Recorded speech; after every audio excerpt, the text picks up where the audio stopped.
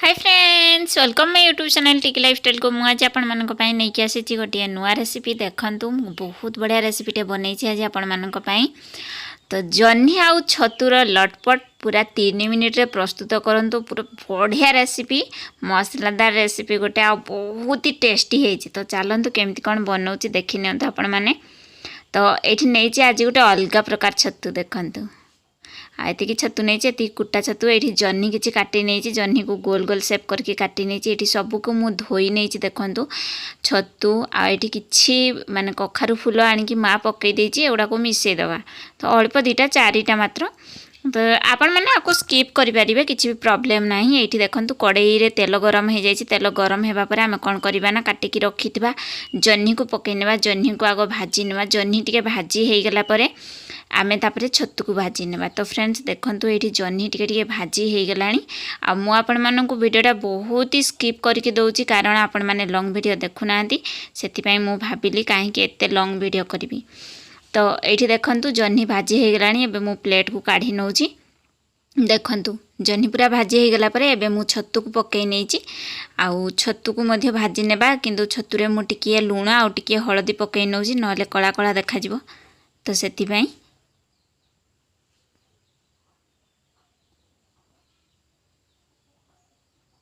देखो ए से सब को मिक्स कर नौचे आ छतु मध्य भाजी हो गलानी ये देखो अल्प समय पर आम प्लेट को काढ़ी नेबा केते बढ़िया भाव में भाजी हो जाइए।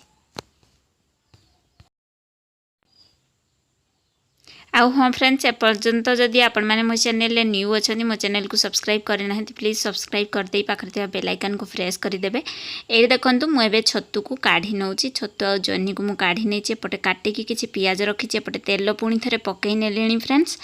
तेल पकई सारापर तेल टे गरम हो गला मु पियाज को पकई नौची पियाज को भाजी नेबी पूरा भल भाव में।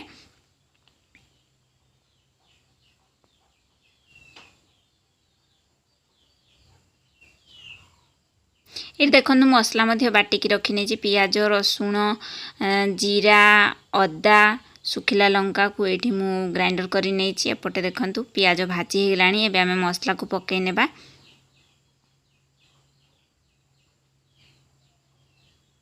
मसला को कषेवाई किसी समय छाड़देवा फ्रेंड्स मसला टी कषे हो गला मुझे स्वाद अनुसार लुण पकई नहीं हलदी गुंड पकई नहीं एबे से मुझे जीरा और धनियार पाउडर पकई नौची पकई सारापर से सब को मिक्स करनेबा मिक्स कर सारापर पूरा भल भाव में कषेवाई छाड़देवा फ्रेंड्स।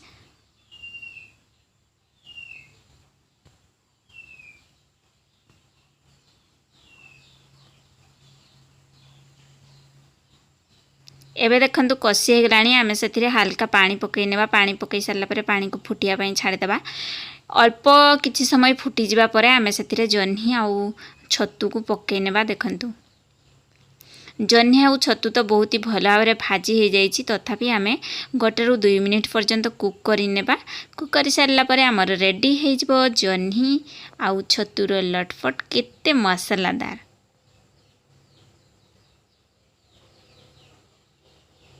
आपको आपण मैंने रुटी कि भात सहित आराम रे खाई पारिबे गरम भात सहित भी खाई पारिबे कि रुटी सहित भी खाई पारिबे। देखंतु केते टेस्टी होइछि और केते कलरफुल होइछि। आउ हाँ आपण मानकु आज वीडियोटी केमती लगिला मते कमेंट करिया पई जमा भी भूलिबेनी फ्रेंड्स। एहीपरि नुआ नुआ वीडियो देखिया पई मो चैनल को सब्सक्राइब करंतु और पाखरे बेल आइकन को प्रेस कर दियंतु।